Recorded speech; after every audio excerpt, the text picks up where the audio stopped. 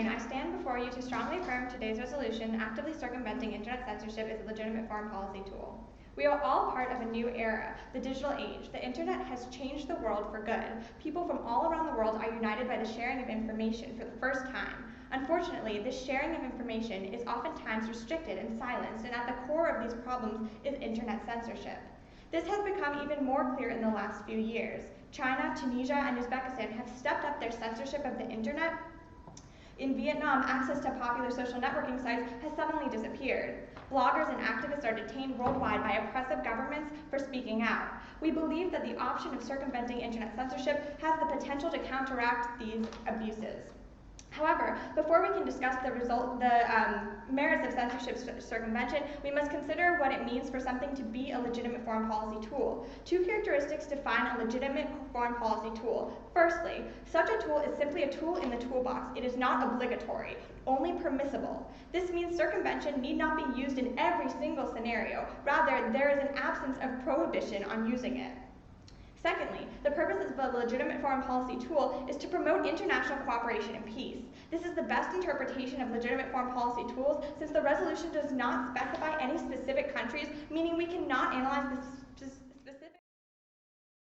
Each country has a different definition of what is in their self-interest. However, international cooperation and peace is something that benefits each nation since it mitigates conflict and promotes international equality.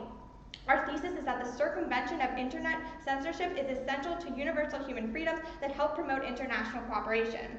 Our first argument is that circumventing internet censorship is essential to the freedom of expression. The concept of speech has changed drastically over time. Social networking, emailing, and messaging have opened up new forums for exchanging ideas and created new targets for censorship. As stated in the Universal Declaration of Human Rights, people have the right to seek, receive, and impart information and ideas through any media and regardless of frontiers. However, some countries have taken measures to limit the flow of information. They've erased words, names, and phrases from search engine results. These abuses can be seen in modern-day Iran.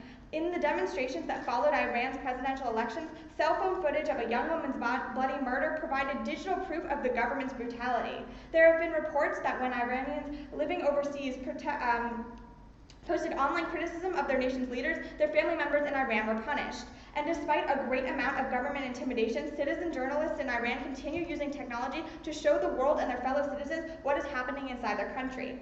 Not only is freedom of speech an essential human right, it is a method of holding governments accountable for their actions and undermining oppressive regimes. This accountability is key to international cooperation. Our second argument is that circumvention protects the freedom of religion. While historically worship has taken place in churches, synagogues, mosques, and temples, the digital age has opened up a new platform for worship.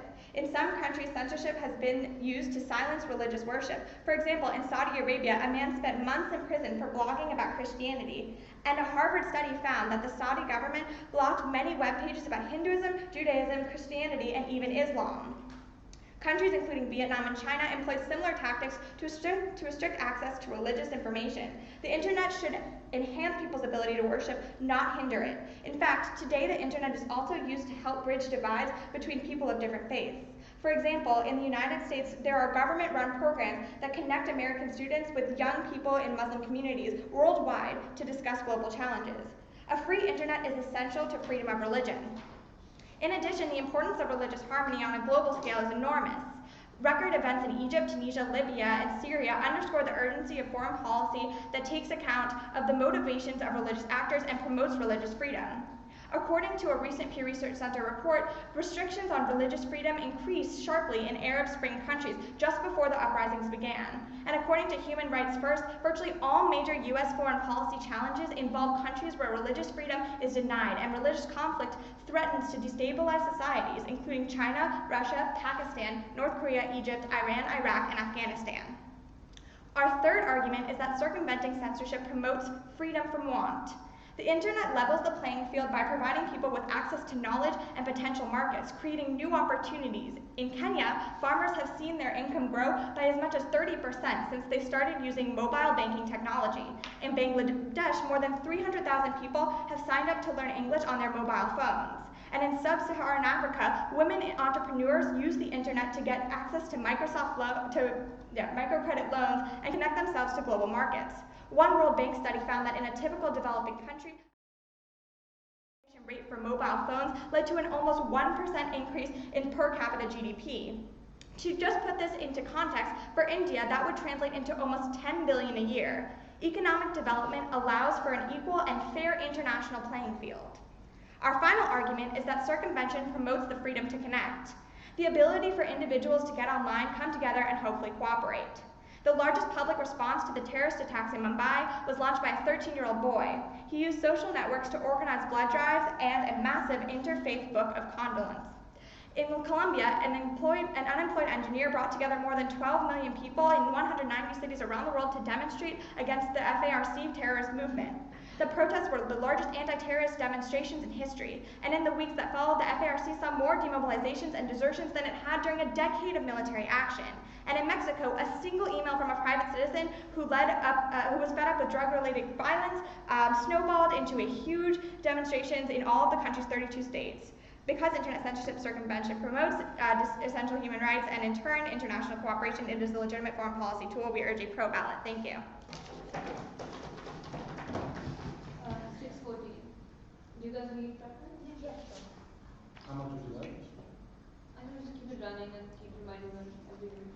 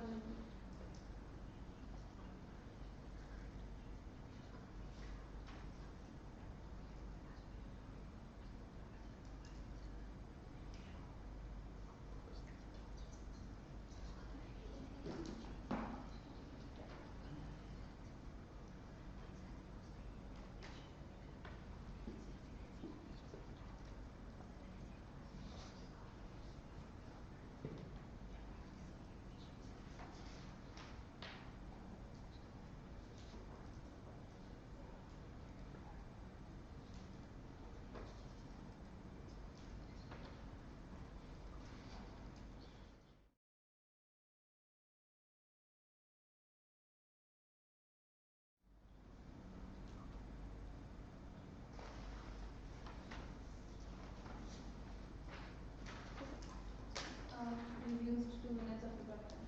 Yes, thanks.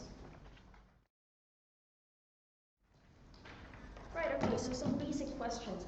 So does, foreign tool, is it legitimate also when it is efficient? Does, efficiency mean legitimacy? Well, basically the argument we're making with legitimacy is that as long as it's a permissible tool to use, then it is legitimate. And basically the burden of proof should be on the negative to prove that it is not permissible. And so as far as we stand, as long as you don't rebut that, then... So you think that the tool is also, permissible to use if it's not efficient? Well, I mean, efficiency plays a role, but there are also other factors that make the grand scheme of what is permissible, and a lot of it has to do with what's morally right. So basically efficiency is more of like a secondary factor. It sounds like there are many factors, and some are more important than others, and the ones we talked about in our case, which is the importance of the moral obligation, the importance of upholding the international cooperation that we agreed to in the UN Charter.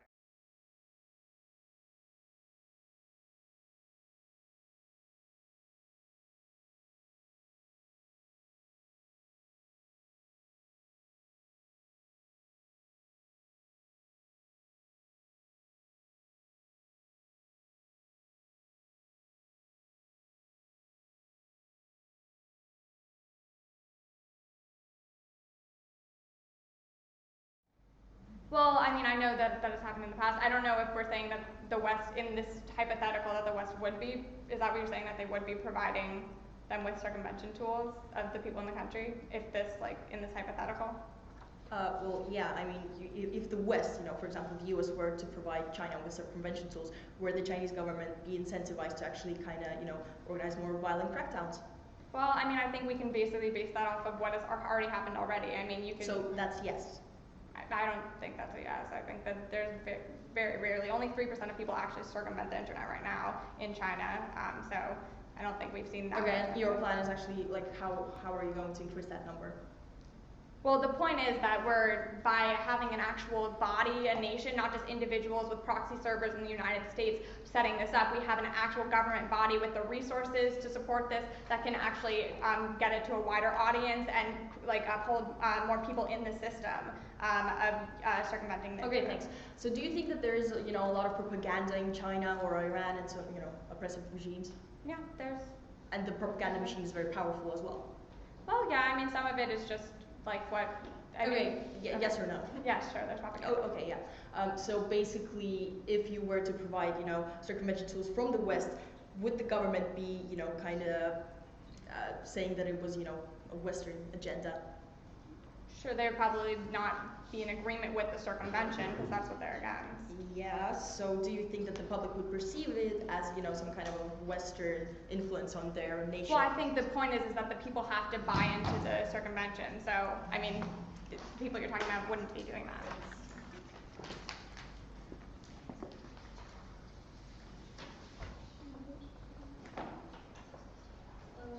Do you guys want preference? Yeah.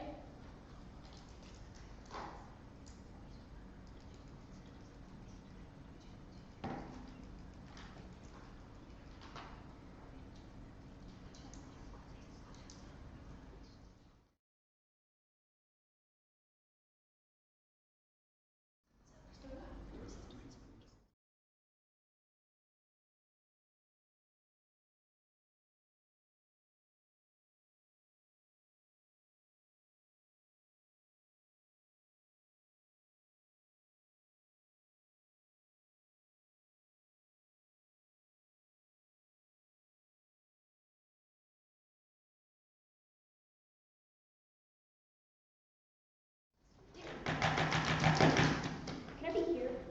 Do you want me to time you or do you have to? Yeah, I have that, but can I stand here? You might have to use the cameras. Just go to here. Okay, fine.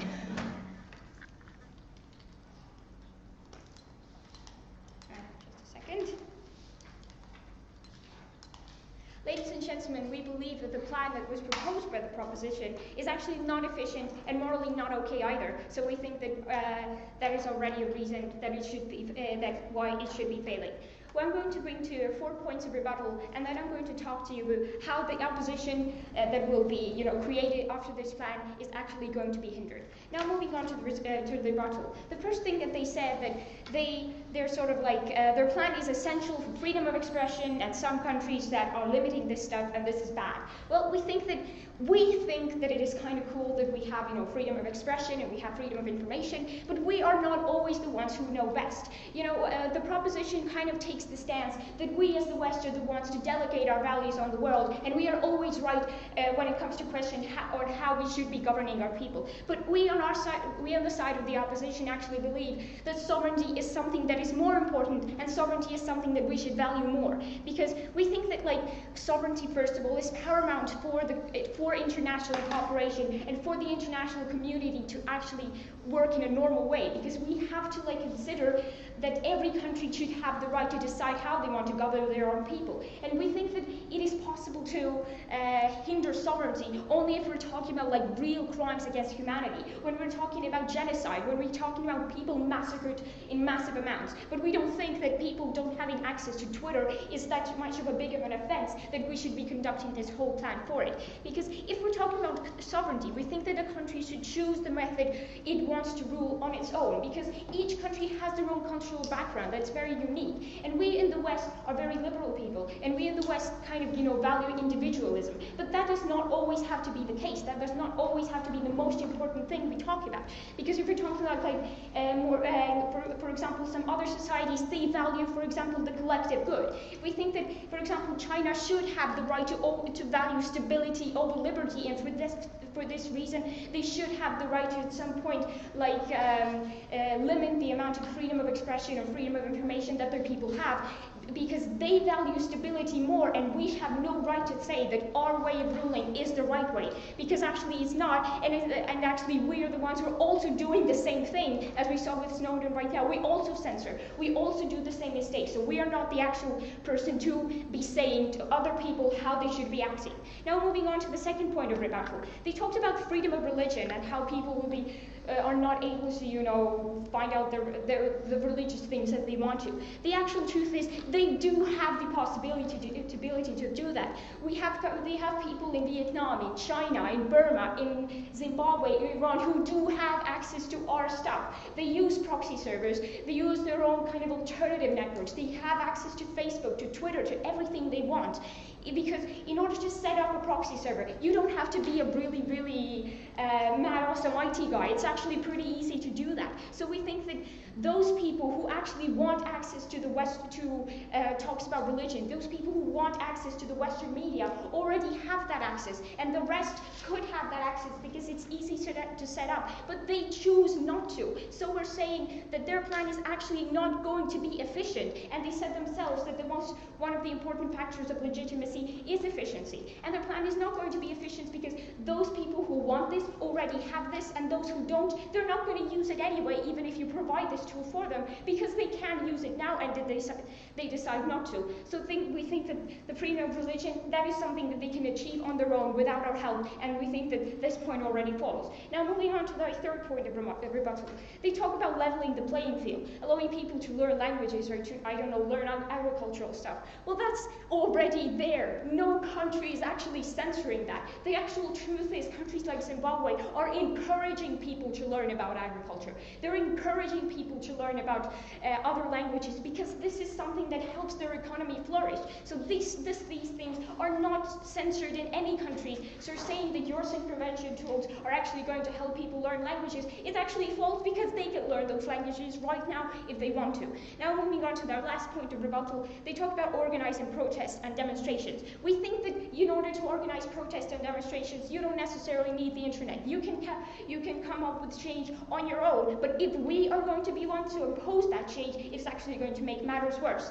And this is how I'm going to move on to my own argument about the opposition that will happen, that will come about with their plan. We think that if they're the ones who provide censorship circumvention, and though we believe that it is actually not going to change anything, no more people are going to learn about Western stuff, but even if they do, even if there are going to be some opposition, some protest groups coming about with this plan, we think that their work is actually going to be hindered, because, if we're talking about how an oppressive government works, they have massive control over their mainstream media. They have massive control of their own people, because their propaganda machine is just so powerful. And they can very easily portray the opposition groups and the protest movements as, the puppets of the US, as, agents of the West. And even though if they're not actually that, they are going to be perceived as this. And this is what matters, because the government has such massive control,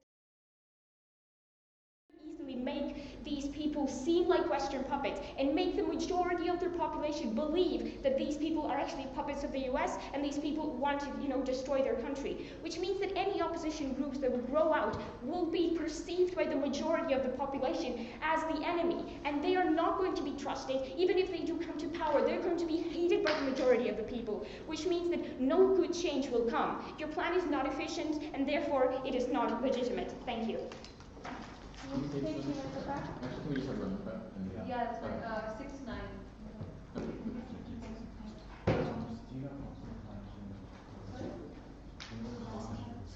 Yeah, 5, 4.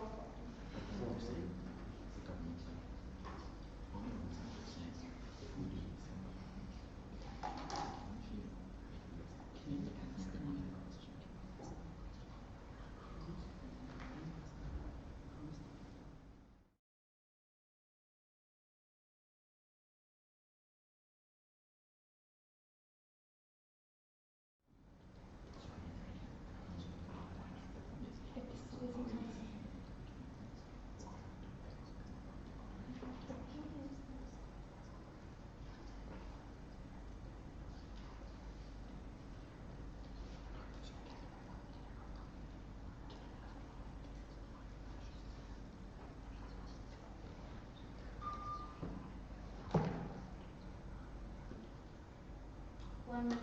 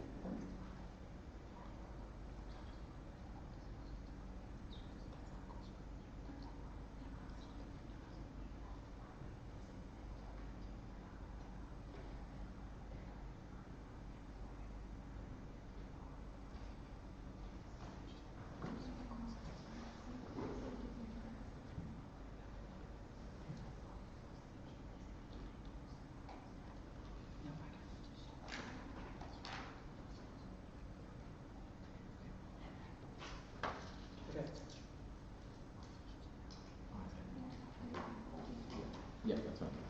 You've used 2 minutes, seconds of time. Okay, thank you. You want me to give you time signals? No, I'm good.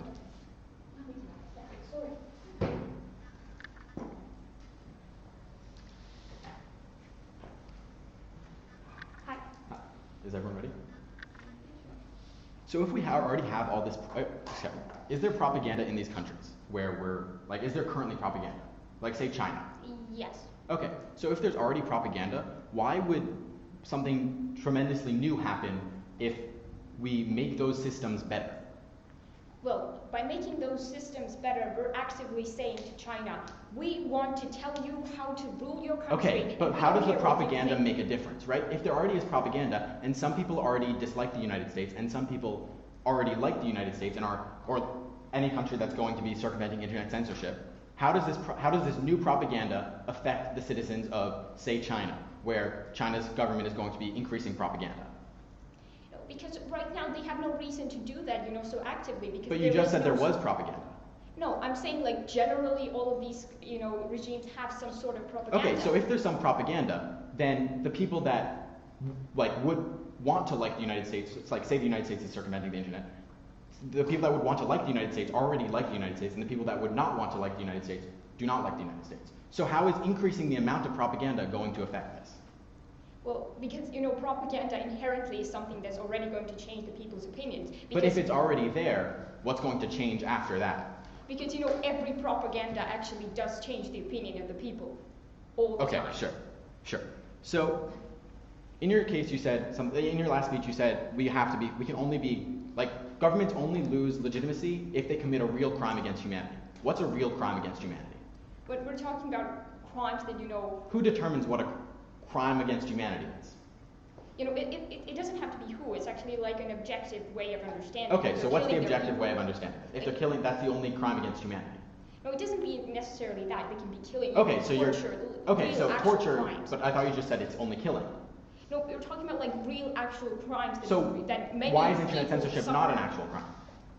Because if they're taking away some sort of right to use Twitter, because you obviously can't differentiate that is between one. two. Okay, sure, yeah. But why is internet censorship why is it not a crime against humanity? Where is the bright line between what is a crime against humanity and what's not a crime against humanity? We can agree upon that line. if I'm we want asking, to. you're the one who brought up crimes against humanity, and that's when you determine an illegitimate government. I'm asking you what the bright line is to determine whether or not a country has committed a crime against humanity. Well, a crime is against humanity if we see actual people being harmed and Okay, physically but harmed. so that's the bright line. If we see people being harmed, Well, maybe yes. maybe yes. when we see them actually being like physically harmed, when we see people dying, when we see people Okay, what if we starving, don't see it, but they're still doing it? Is that not a crime against humanity? not doing Okay, what? okay. Why is efficiency paramount? You said it was. You said No, we it's- did not. We said it was not paramount. We said that efficiency is not important. It just has to be a tool in the toolbox. So why are you saying efficiency is paramount? Well, of course it is. I mean, if you're Okay, doing so something, it doesn't if we work. can What's use- the point of doing it? If we can use a drone, right? If we can send a drone into Iran, does that mean we're always going to use drones whenever something bad happens to us? No. Okay, so then if we can circumvent internet censorship, why are we all like? Who said we're always going to do it? If we don't think it's going to be effective, okay, then we would not use it. But why is efficiency paramount? Okay, I can actually say Yeah, that it's you're fine. talking You're not about. going to. Yeah. No, but I can answer, right? You don't have to. Okay.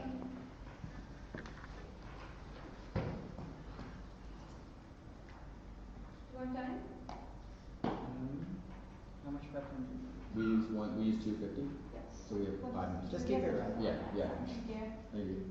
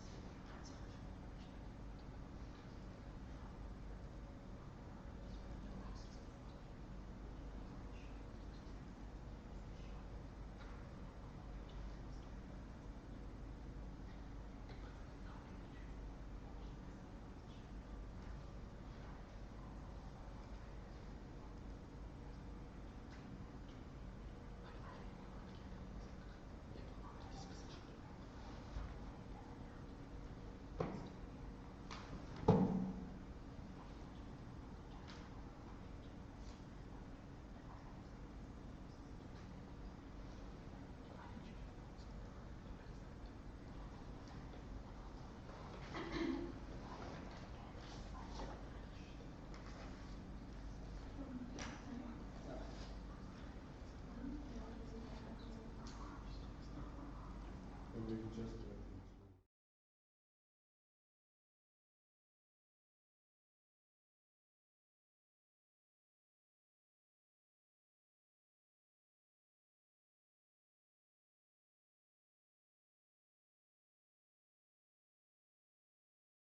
We can get off the internet. We're not on the We're not internet. on the internet. Right. But the thing is, the bars are there, so implies that you'll send these to the internet. Regardless, Like shut we off. trust you, but we also don't want it to. Yeah. Okay, yeah, yeah. We can close it. Yeah, please. Let me just add something. And you guys should get in the habit of not using that. Yeah, we just couldn't print this stuff. Just like if you can't print something, then just write down the case on Okay. paper before. Okay. Sorry about that. Yeah. 2 minutes.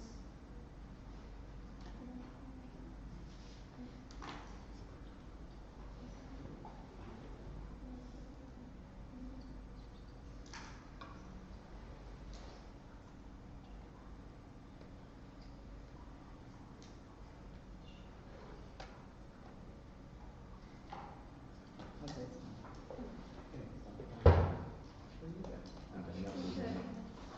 How much time do we have left?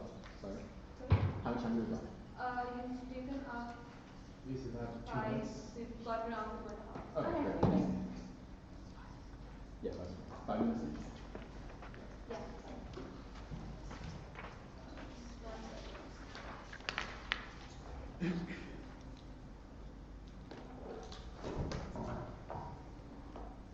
All right. Sorry.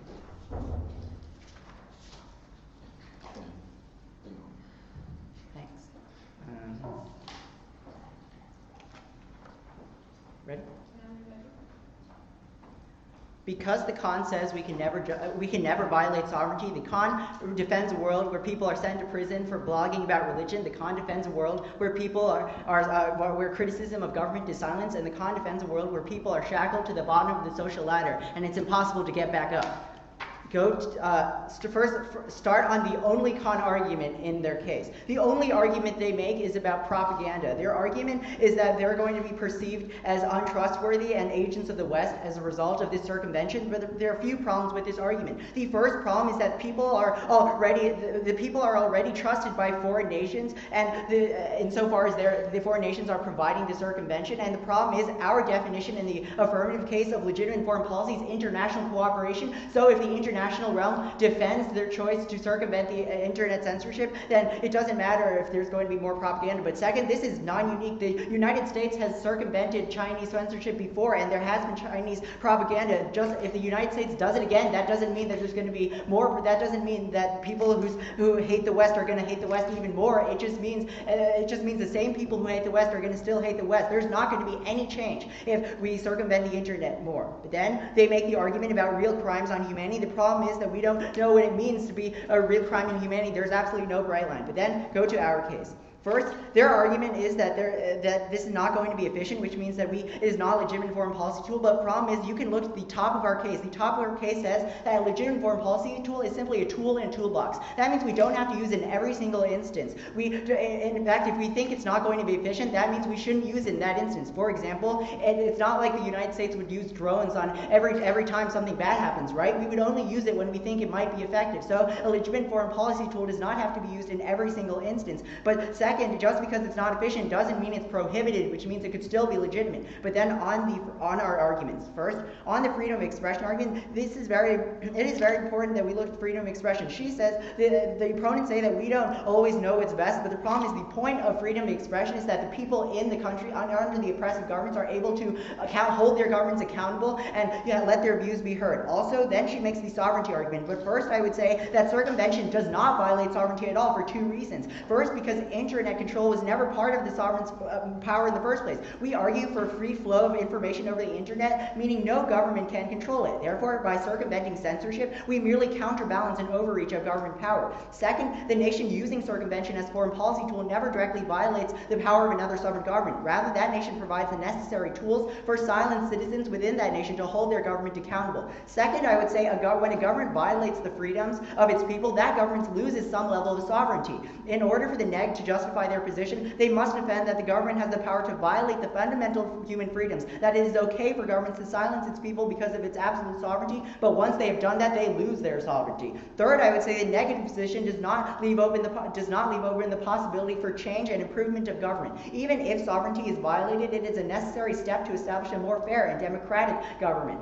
Fourth, you could turn it, the affirmative position is more consistent with the purpose of sovereignty in the first place. A sovereign government is created in order to escape from anarchy and chaos. The concept of sovereignty was created to protect rights of citizens and bind them into a nation. These rights and fundamental human rights are such as speech and religion, are key to sovereignty. Therefore, if you care about sovereignty, you vote for the affirmative. Then the next argument, then they make one last argument on our case, which is that people have access to these circumvention tools already. They just choose not to do it. But the problem is that's the point of the resolution. The resolution asks whether or not, under a country where internet is censored, whether or not a foreign nation should help them with internet circumvention. They're saying that this is in the status quo. They can already have access to these things. But first, that is the point of the resolution. We ask whether or not the other country should help them. And second, the resolution doesn't specify any countries. They don't even talk about the status quo. So let's go to the freedom of religion point. The freedom of religion point is very important. The freedom of religion is mitigated under internet censorship, and we have to make it more available to individuals in order to promote not only international cooperation, but fundamental human rights. Then the next argument is about freedom from want. The only way to level the international playing field is for people to enjoy the freedom from want. In fact, a One World Bank study found that in a typical developing country, a 10% increase in the penetration rate for mobile phones led to an almost 1% increase in per capita GDP. This means that they need absolute internet access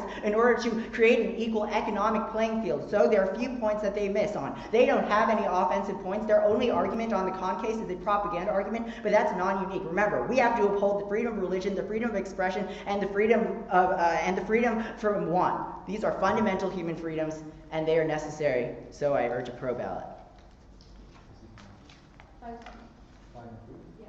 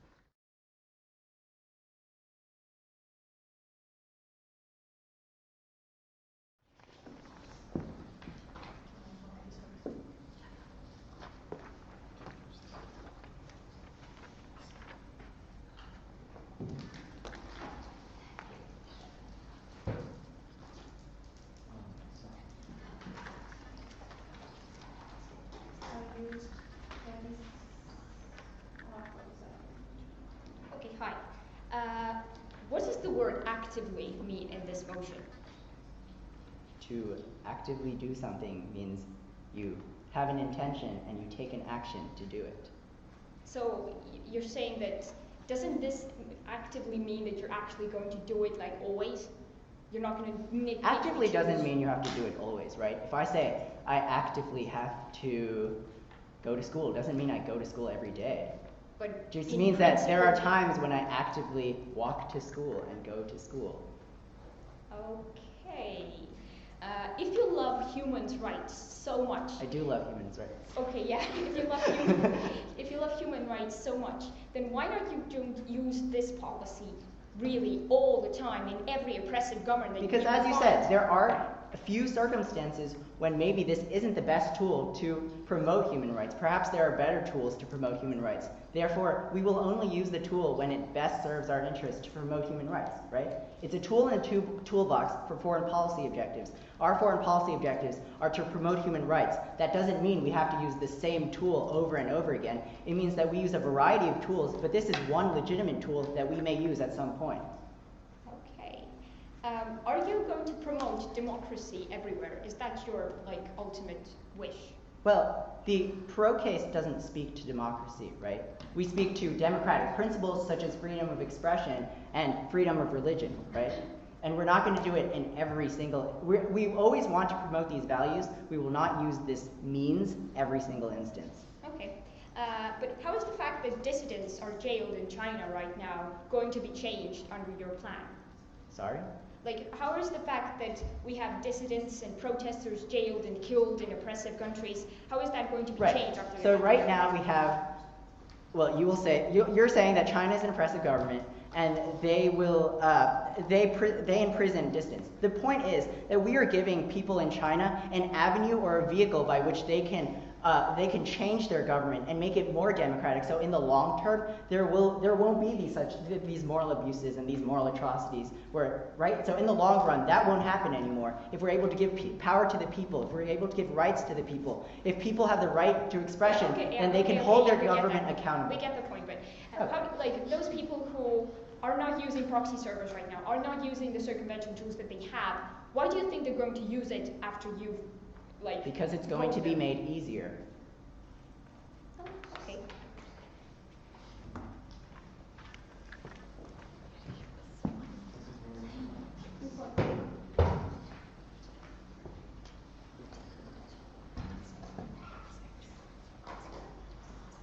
Is there more time? Yes.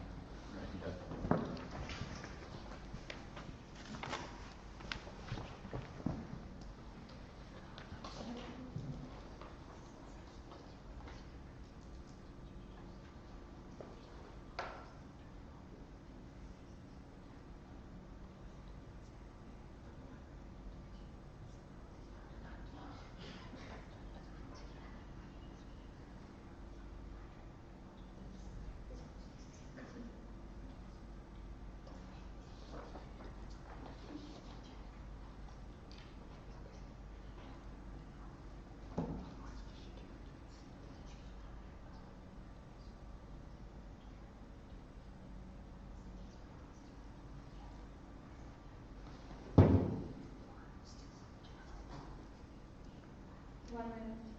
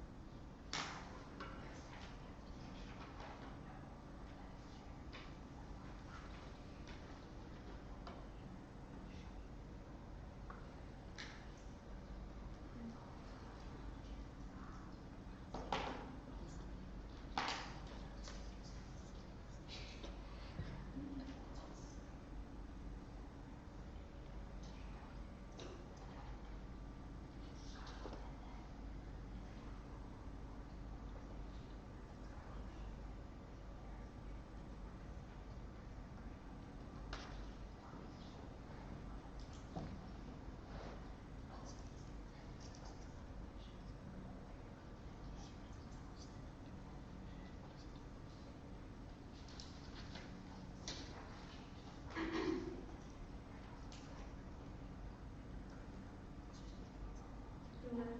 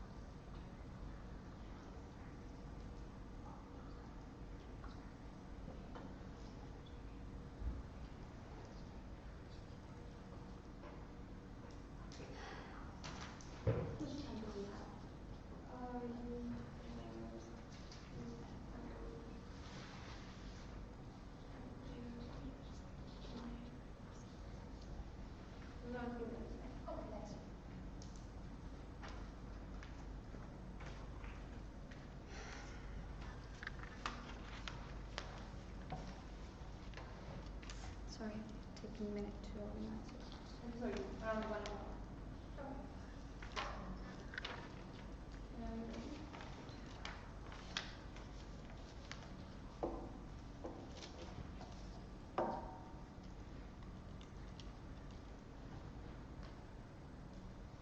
I'm sorry.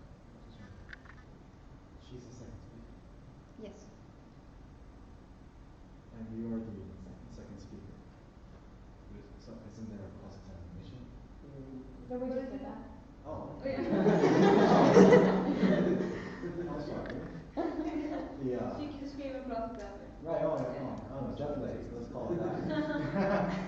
Okay, whenever you're ready. I'm sorry, it's slow stone.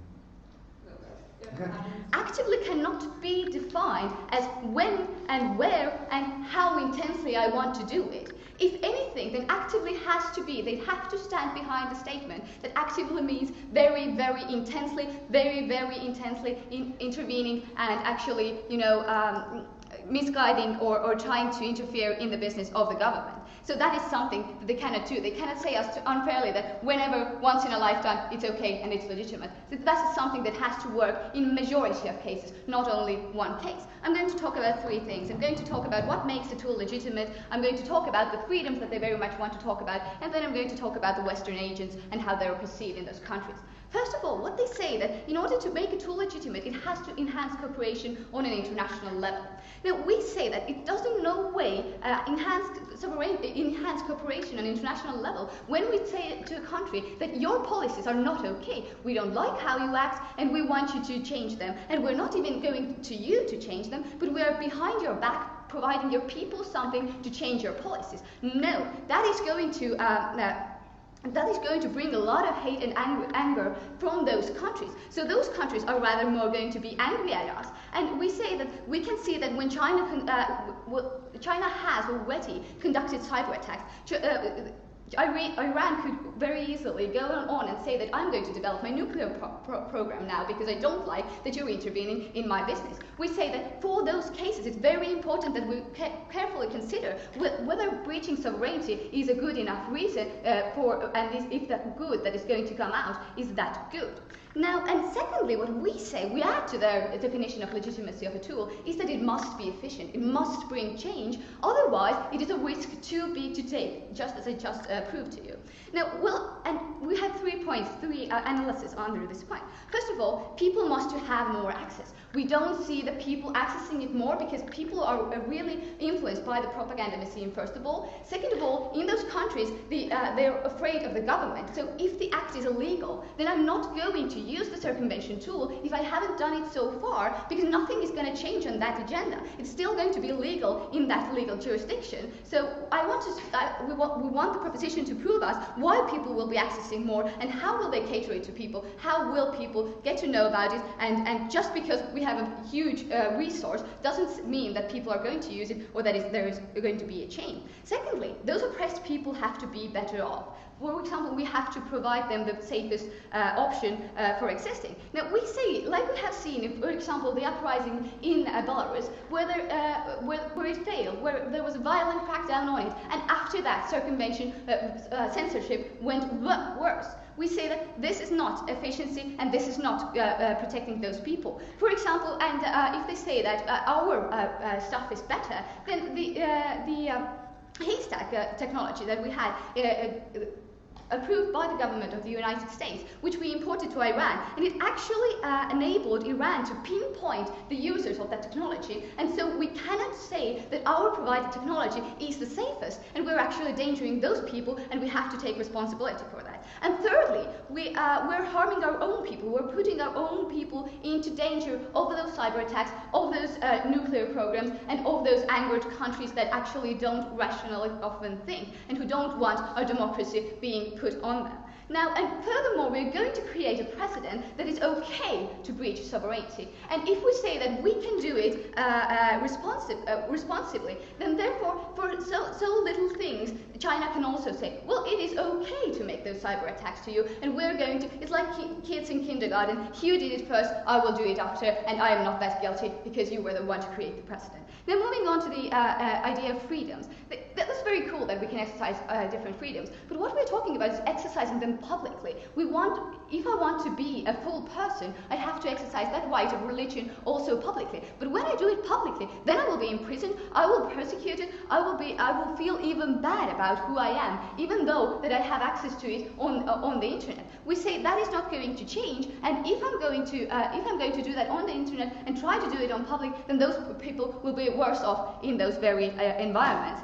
And we don't see that our democracy should be the one that we implement. It is the superior thing to implement in different countries, because we can see that UK is the one not prohibiting its companies to provide, for example, Iran and Burma, the technologies to censorship. And now moving on to the fact the Western agents, if the people that are really trying to work against their government, and they see that we are working against them, we are not supporting them, we're undermining their stance, that is something that they will reconsider whether we want democracy, whether it's okay what I do, and whether the majority is right, the propaganda is right, and whether I should stay with the old and with the bad habits and persecution. Thank you. I'm very glad to oppose.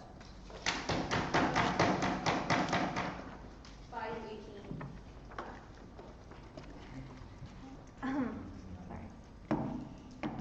Would you give me 1 second? Yeah, sure.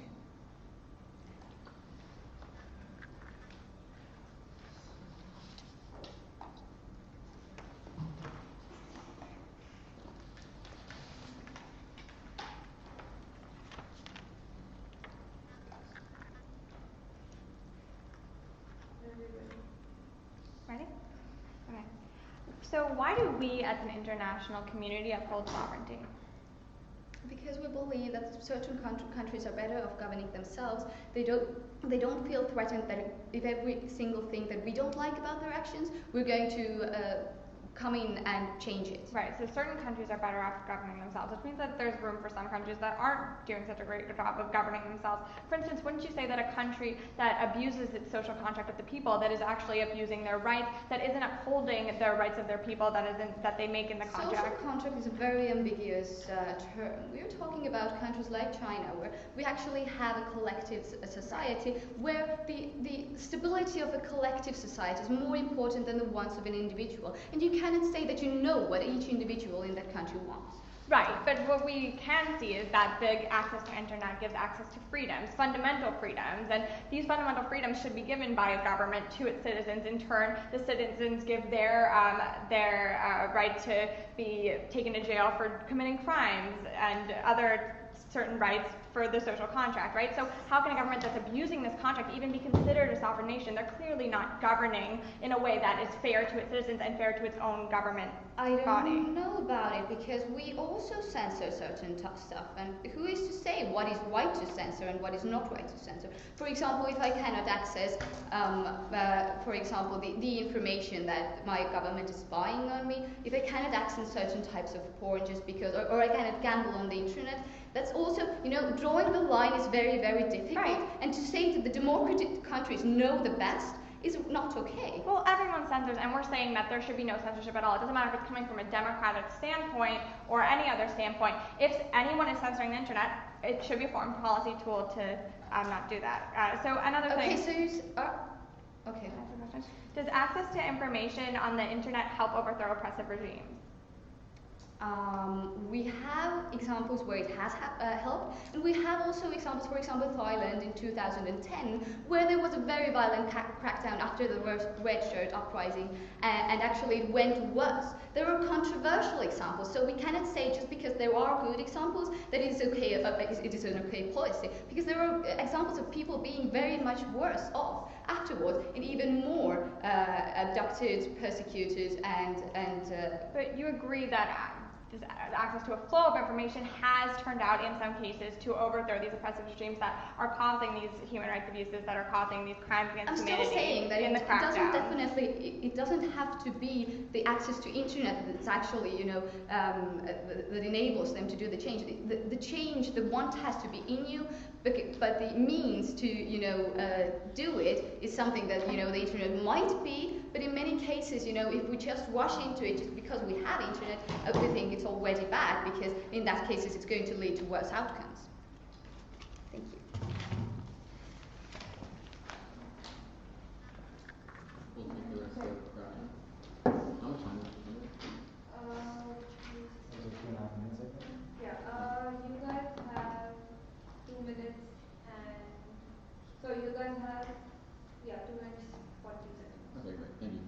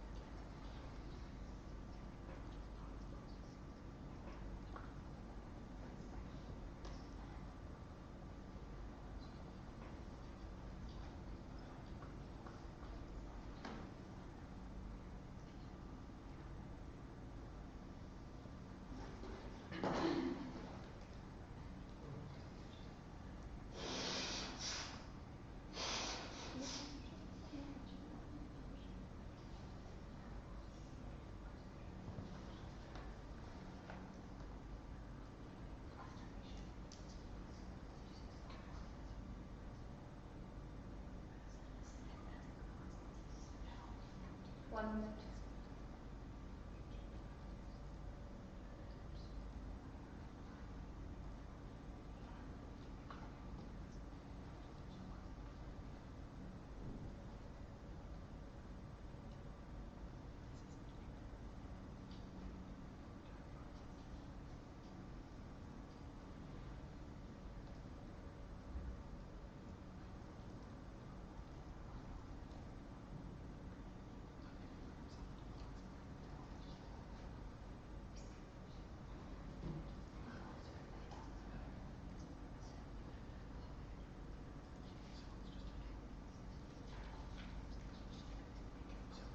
You have 1 minute left.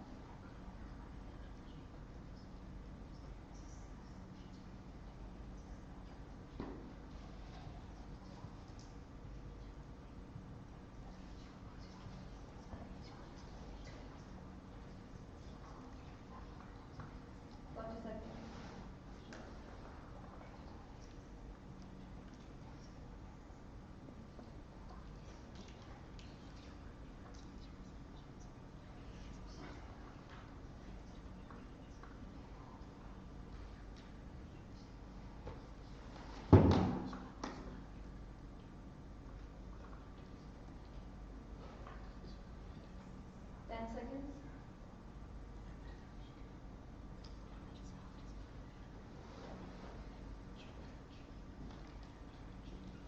Your time's up.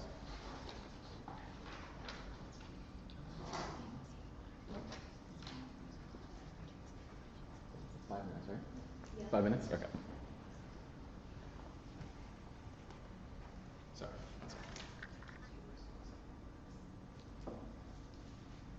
Okay. Is everyone ready? Yep. Okay. So we're going to be starting. I'm going to start and going to tell you why we're going to be winning just off of the way the round is coming out. First, our opponents are only talking about the short term. They're not thinking about the long term. They say that it'll harm us in the short term because these other countries will rise up and they will increase their propaganda, which, like they say, will make more of their citizens mad at us and make more retaliations against a country that is going to be actively circumventing. But that doesn't. They don't respond to the fact that it is going to make things better in the long term. It is going to increase. It's going to, it helps lead to uprisings, which is going to bring about change. They agree. In our opponent's last cross-examination, she conceded that it is going to help lead to uprisings. She gave one example of when it doesn't lead to an uprising, but it's totally unreasonable to make us defend every instance when actively circumventing internet censorship has been used, and if it hasn't worked 100% of the time. Again, we are only showing you that it's going to be an effective tool in the toolbox, not that it's going to be used every time we think that we can promote human rights. So, insofar as we are only using it when we deem it to be the most effective, you aren't going to be looking at the one example our opponents give, saying when it didn't work. So, insofar as we are promoting democracy and we are helping lead to uprising and changes, and we're promoting democratic ideas. Our opponents just say that these things could have happened without the actively circumventing internet censorship. But in our case, we read that the largest public response to the terrorist attacks in Mumbai was launched by a 13-year-old boy. He used social networks to organize blood drives and a massive interfaith book of condolence. In Colombia, an unemployed engineer brought together more than 12 million people in 190 cities around the world to demonstrate against the FARC terrorist movement. So here are two clear examples when, even if we didn't use we didn't circumvent internet censorship, we would not have been able to have this massive of a result. We would not have been able to bring about this much change. They say that it could happen without this, but they don't actually show you when it would, and they don't show you why it would. So that's not going to be an argument you're going to be looking to in this round. But even so, if you go back to further, I would say that the Arab Spring also used Facebook as a means for increasing social change. But even if you aren't looking to there, you can look to the affirmative case. On the bottom two arguments of the affirmative case, our opponents just make the arguments that it is used and this stuff is already happening. But because it is already used, there is no net benefit cost. But there is no net cost. But there is, however, net benefit change. And this net benefit change is going to be why you're voting affirmative in this round. Insofar as we're showing you why it's going to lead to more uprisings and changes in the long run, and it's going to promote more democracy, you're going to be looking at the net benefit change, not the net benefit cost that doesn't exist that my opponents have been, because my opponents have been saying that countries already do not like the United States, there is no net benefit cost, so you aren't going to be looking there. Further, I would say, even if you are looking at the con case is just the argument about propaganda, which my opponents didn't bring up in their last speech. If you recall, we told you why it is non-unique, insofar as propaganda is already out there, and the people that are already disposed to liking a country that is going to actively circumvent internet censorship, or those who are disposed to not liking a country that is actively circumventing in internet censorship, increasing the amount of propaganda is not going to change anything. So there's no net cost, and my opponents don't have any offense in this round. But even if you're not looking there, I would say that if you look so let's go to this debate about what is active and what is not active. Further, my opponents say that it has to be very intense and they have to always be doing it. But we would just say it just has to be intense when they choose to do it. They have to actively be doing it. They have to increase the capacity. They have to make it easier to use. They have to make it more legitimate. And we can use our propaganda as well.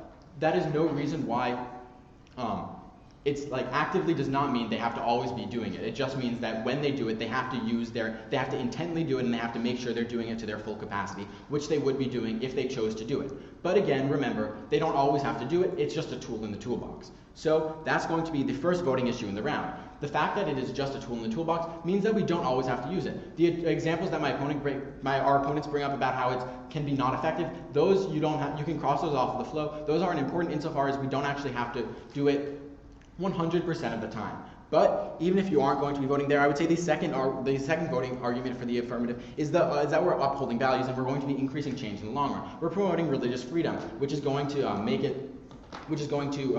increase peace and tolerance in the world. And you can also look to the argument about it's going to promote freedom from want, and you can look at India where it would translate into almost $10 billion per year. Here's clear reasons why you're going to be voting affirmative in this round, but even if you aren't looking at these, it's just a tool in the toolbox. We always can use it, even if we don't have to use it 100% of the time.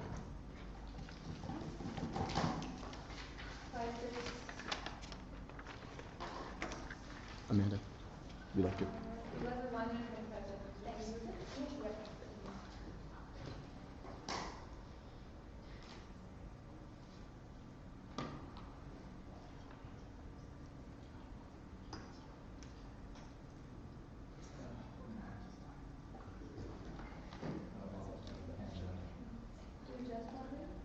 Came here yesterday, but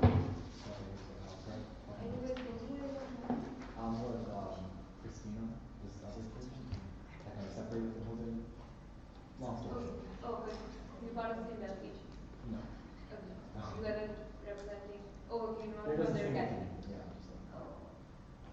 This year, I have to also trip last year to go to Mexico. Your trip to go to Mexico. You went to Mexico? Yeah. I have this option to Yeah, oh yeah, I did last year. all over the world. At least we can say that you went all over the world. I actually didn't because I went to the US. I landed in New York and then I went to Mexico, but my other delegation did. It was 25 seconds. you said you were, where are you from Pakistan? The whole? The whole? Yeah, you know, my friends from the whole. Yeah, it's UBC. You probably don't know Taha Sayed. My cousin used to go to UBC. 4 seconds. Time's up. You guys have something around the room, right? You have something around the room. There's 600. There's six. This we could try. So I think definitely 4.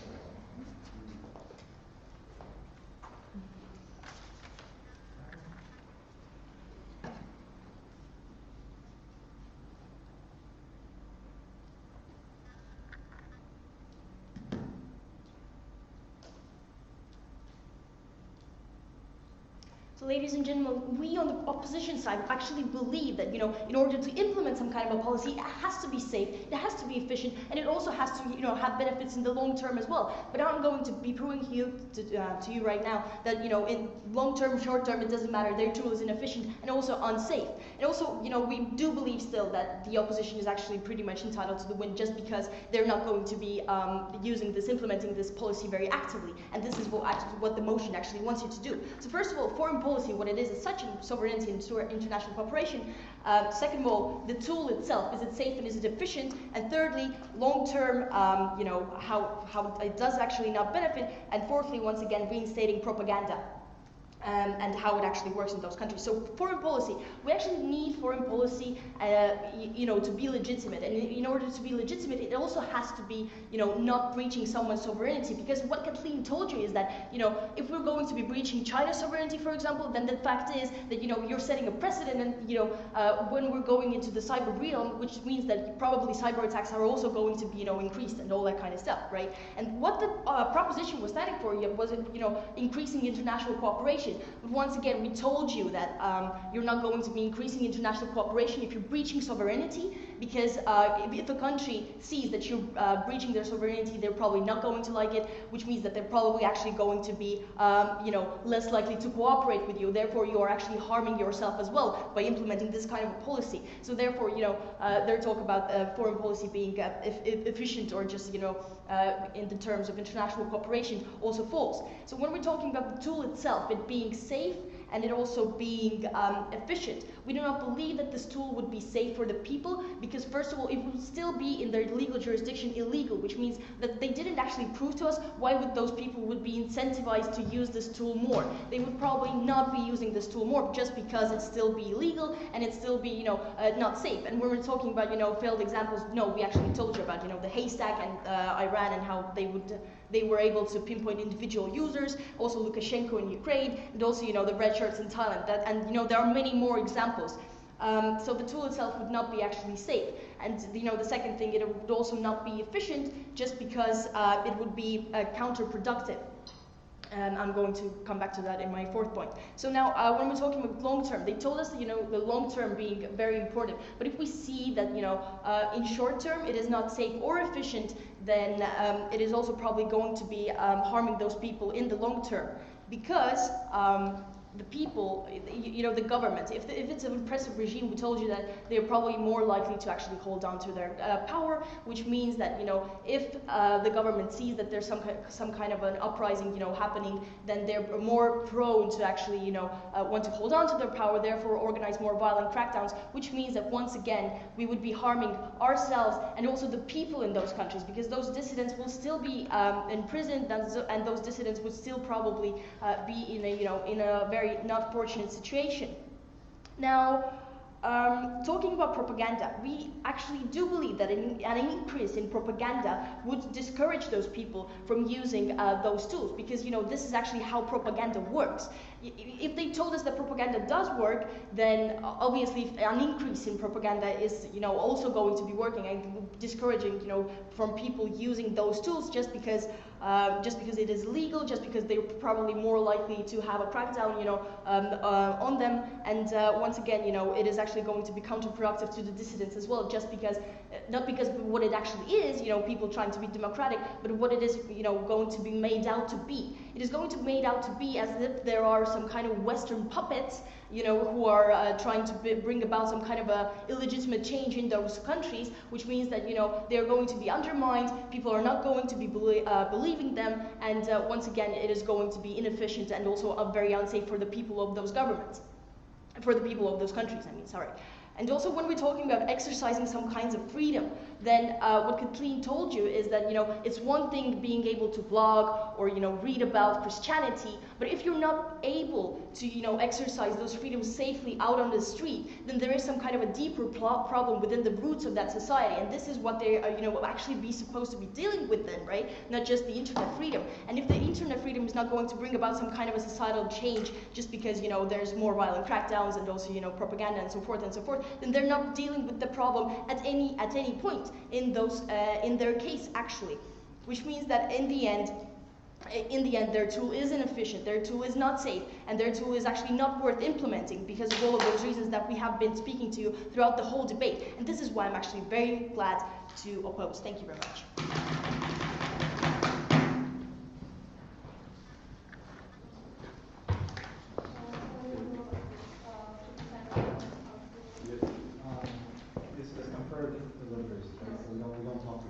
It's not confirmed. It's individual. Yeah. So we make the ballot decision and we put our ballot aside, and then I get used to that voted for and then I come back. Okay. Would you guys go outside for the session? Please don't loiter around. Yeah. Thank you. We'll be done within 10 minutes. Okay. Yeah. Now we might have to hurry up because I think there's